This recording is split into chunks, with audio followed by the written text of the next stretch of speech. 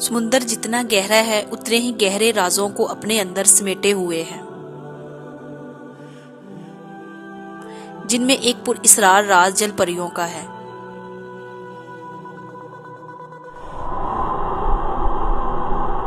آدھا جسم انسان کا اور آدھا مچھلی کا، یہ محض ایک افسانہ ہے یا حقیقت میں بھی کوئی ایسی مخلوق ہے جو سمندر کی گہرائیوں میں چھپی ہے؟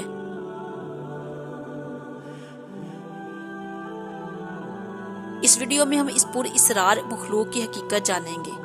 دراصل سمندر ہمارے زمین کا 71% حصے پر پھیلا ہوا ایک وسیع دنیا ہے، جس کا صرف 5% حصہ ہی انسانوں نے دریافت کیا ہے۔ باقی 95% ابھی ڈسکور ہونا باقی ہے۔ سمندر کی گہرائیوں میں لاکھوں حیوانات آج بھی رہتے ہیں جنہیں انسانوں نے نہیں دیکھا، جہاں پہنچنا بھی ہمارے لیے ناممکن ہے۔ زمانہ قدیم سے ہی لوگوں کا ماننا تھا کہ ان گہرائیوں میں جل پریاں نامی مخلوق ہوتی ہیں۔ قدیم دور کی ہر تہذیب اور قوموں میں اس آبی مخلوق کا ذکر ملتا ہے۔ یونان کی تاریخی کتابوں میں ایک ایسی ہی عجیب و غریب مخلوق کا ذکر تفصیل کے ساتھ ملتا ہے۔ یونانی زبان میں انہیں سائرن کہا جاتا ہے، جس کے مطابق سائرن ایک خاص قسم کی مخلوق تھی جس کا جسم خوبصورت عورتوں کے جیسا ہوتا تھا، لیکن ان کے جسم پر پنکھ ہوتے تھے۔ یہ سمندر کے درمیان پائے جانے والے چٹانوں پر رہتی تھی۔ جب بھی کوئی جہاز راستہ بھٹک کر ان کے قریب پہنچتا تو یہ نہایت ہی سریلی آواز میں گانے لگتی۔ ان کی آواز میں ایسی کشش ہوتی تھی کہ اسے سننے والا خود کو روک نہیں پاتا اور وہ ان کی طرف کھینچا چلا جاتا۔ یہ ان کو آواز اور خوبصورتی کے جادو میں پھنسا کر ویران جگہ پر لے جاتی اور پھر انہیں اپنی خوراک بنا لیتی۔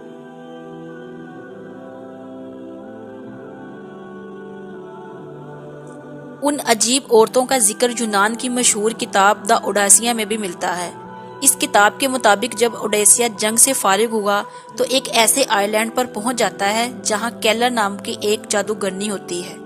یہ جادوگرنی اوڈیسیا سے کہتی ہے کہ اگر تم سمندر کے ان علاقوں میں جاؤ تو اپنے اور اپنے ساتھیوں کے کانوں میں موم ڈال دینا، کیونکہ سمندر کے ان جگہوں پر کچھ ایسی حسین بلائیں رہتی ہیں جو مردوں کو اپنی آواز کے جادو میں پھنسا کر مار دیتی ہیں۔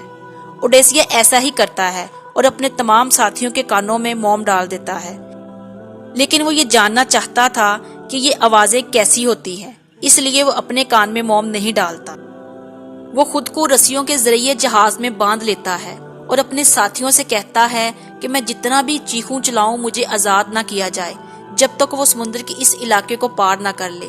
جب ان کا جہاز سمندر کے اس علاقے پر پہنچا تو اوڈیسیا کو وہ سریلی آوازیں سنائی دیتی ہیں۔